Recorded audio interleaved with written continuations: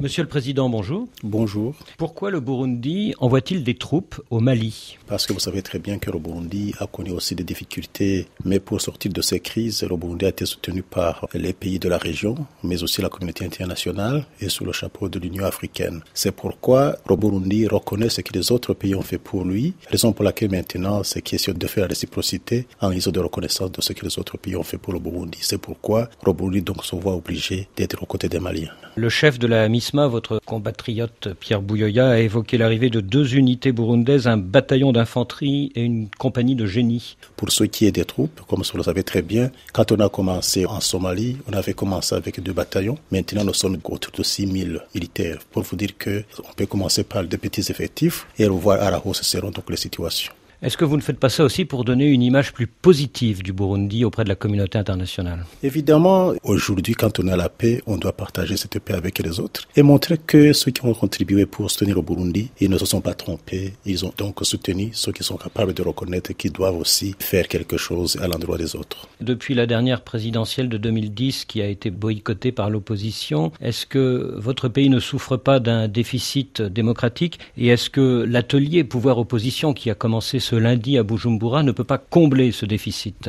Bon, nous disons que depuis son indépendance, le Burundi n'a qu'à réussir donc les élections de 2005 et 2010 parce qu'auparavant, chaque fois qu'on organisait les élections en 65, en 93, c'était le bain de sang, commencé par l'assassinat du chef de l'État. Ce n'est qu'aujourd'hui qu'avec les élections de 2005, une page est tournée positivement dans l'histoire de notre pays, à telle enseigne que le Burundi figure parmi les pays qui ont fait un modèle de processus de paix réussi en Afrique. Raison pour laquelle, quand bien même il y a certains qui se retirent des élections, nous disons que le processus électoral au Burundi a été apprécié par tous les Burundais, avec tous les organisateurs, même avec les partenaires qui étaient sur le terrain. Donc cet atelier, c'est aussi pour convaincre vos opposants de participer aux élections de 2015, non? Nous disons que le gros des opposants sont sur le terrain, ils sont au Burundi depuis très longtemps, et ceux qui étaient à l'étranger, ils avaient leur famille depuis très longtemps, mais leur base, leur parti politique fonctionnait toujours. C'est pourquoi nous disons que la réunion, le grand rassemblement qui vient de commencer ce lundi, le 11 jusqu'au 13, c'est dans la suite logique de préparer les élections avec la participation de tout le monde. Avec des garanties pour la transparence du scrutin et pour la liberté de faire meeting pour l'opposition? Nous disons que le processus électoral au Burundi a été toujours transparent et bien pacifique.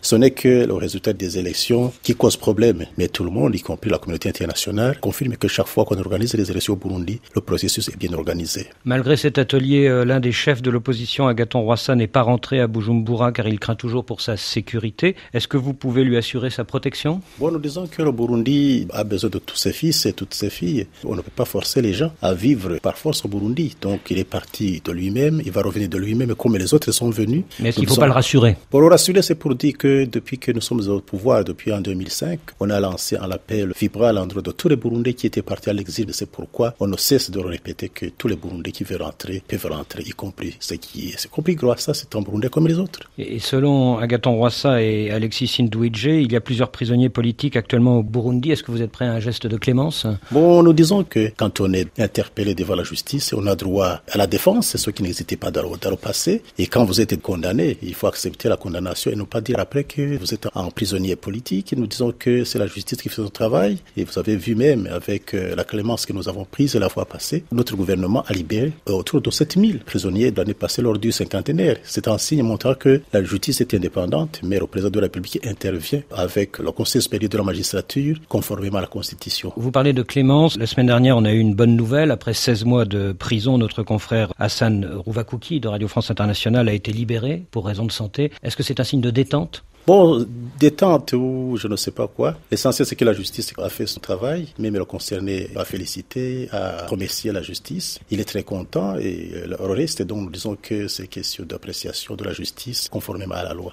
Malgré cette remise en liberté, notre confrère reste poursuivi car le parquet s'est pourvu en cassation contre la dernière décision de justice qui avait réduit sa peine à 3 ans. Nécessairement, le parquet est très proche du ministère de la Justice. Est-ce que le parquet pourrait faire un geste? Bon, je ne serai pas donc à la place de la justice pour trancher, mais l'essentiel, c'est que la justice fait son travail du moment où le concerné est très content de ce que la justice a fait. Je pense que c'est dans le même prolongement que la justice fera son travail, et donc la satisfaction de tout le monde. Mais nous disons que pour le cas du journaliste en question, ce n'est pas le président de la République qui doit trancher à la place de la justice. Au terme de la constitution burundaise, le président du Burundi ne peut pas faire plus de 2 mandats. Or, vous faites actuellement votre 2e mandat. Qu'est-ce que vous allez faire en 2015 ? Bon, vous savez très bien, tout doit être fait en respectant la constitution et le code électoral. Et est-ce que vous êtes d'accord avec tous ceux qui disent que selon la constitution, vous ne pourrez plus vous représenter ? Les opinions sont partagées. Ceux qui disent cela, ils ont droit donc à dire ce qu'ils pensent. Mais nous disons qu'il y a des institutions qui sont là pour décider, la Cour constitutionnelle et la CENI. Donc tout est possible, y compris que vous vous représentiez, c'est ça ? Moi, je ne peux pas me présenter du moment où vous savez très bien que ça vient de notre parti. Je ne suis pas un candidat indépendant, non. C'est le parti qui présente ses candidats. C'est NDD-FDD. Oui. Le parti doit présenter les candidats qui répondent aux exigences de la loi, notamment la Constitution et le Code électoral.